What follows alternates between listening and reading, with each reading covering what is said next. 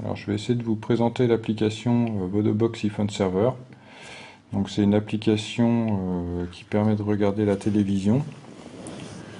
Alors ça marche en 3G ou en Wi-Fi, donc qu'on soit chez soi ou en déplacement, chez un ami, en vacances ou même à l'étranger, on va pouvoir regarder la télévision française qui est chez soi, comme si on était à la maison.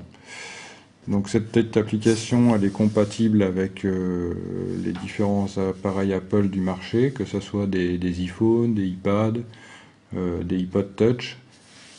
Il faut simplement que la version d'iOS soit supérieure à 3. Donc on va dire que ça concerne la plupart des appareils du marché.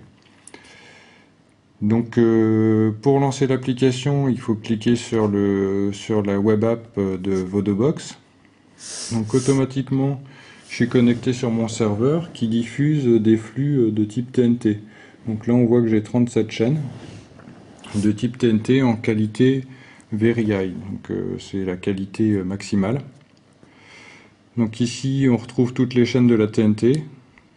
Donc on va retrouver TF1, M6, Direct 8, France 4, W9, Arte, même les dernières, Chérie 25, l'équipe 21. Donc là on retrouve toutes les chaînes. Donc par exemple je vais lancer TF1 HD. Donc en cliquant sur le nom, ça me démarre la lecture de la chaîne. Donc là tout de suite j'ai un petit logo qui s'affiche, Play, donc je clique sur Play. Et là hop, je vais pouvoir visionner mon flux télé. Donc on peut le mettre en full screen. Hein. Ensuite on se le réduit. On va pouvoir ici avec le petit logo AirPlay le renvoyer vers différents appareils. Donc ici ma Apple TV n'est pas détectée, mais je pourrais le renvoyer sur l'Apple TV ou sur le Freebox Player. Alors l'intérêt pour regarder de la télé, il est assez limité. Renvoyer la télé sur la télé, c'est pas forcément intéressant. Par contre, bon, si on a un moniteur, ça peut être intéressant, mais ça peut être aussi intéressant d'avoir des films. Donc si au lieu de diffuser la télé avec le serveur Vodobox, on diffuse des films ou une webcam, là ça prend encore une autre dimension. Mais bon, là c'est pas le sujet. Donc pour revenir à la liste des chaînes, on a un petit bouton en bas. On clique dessus, on revient automatiquement à la liste des chaînes. Donc par exemple après je vais lancer M6 HD. Hop. Donc là pareil. Je clique sur le nom de la chaîne et ça va m'afficher le petit logo Play qu'il va falloir que je clique. Tac. Voilà, donc on peut voir que la qualité est plutôt bonne, même très bonne. Le mode portrait, mode paysage, hein, tout ça, c'est un classique hein, maintenant sur les applications. On peut mettre la vidéo en pause, la reprendre. On va pouvoir retourner 30 secondes en arrière, c'est pas forcément intéressant. Ok. Alors ici on retourne à la liste des chaînes. Alors, ici on va pouvoir avec le menu qui se trouve en bas, donc là je me déconnecte de mon serveur. Et avec le menu qui se trouve en bas, ici, je vais pouvoir changer les paramètres du serveur. Donc je vais pouvoir changer la source. Donc par exemple, je vais pouvoir me mettre sur la source Free Multipost. Donc là, ça me donnera accès à toutes les chaînes qui sont distribuées par Free.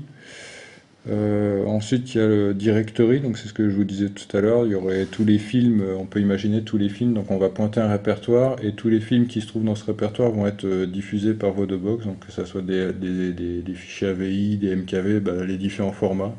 On va dire que presque tout est supporté puisque ça se base sur VLC.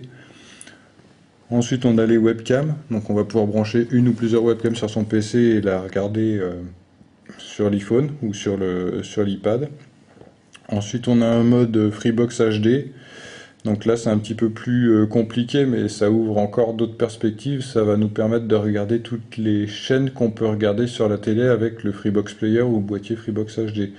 Donc on peut tout de suite comprendre que ceux qui ont les chaînes d'un abonnement type satellite vont pouvoir le regarder sur l'iPad. Par contre, ça demande du matériel supplémentaire comme une carte d'acquisition. Donc ça, c'est dans le commerce à peu près 30 euros, donc c'est un investissement. Ensuite, on a le mode Free Magneto.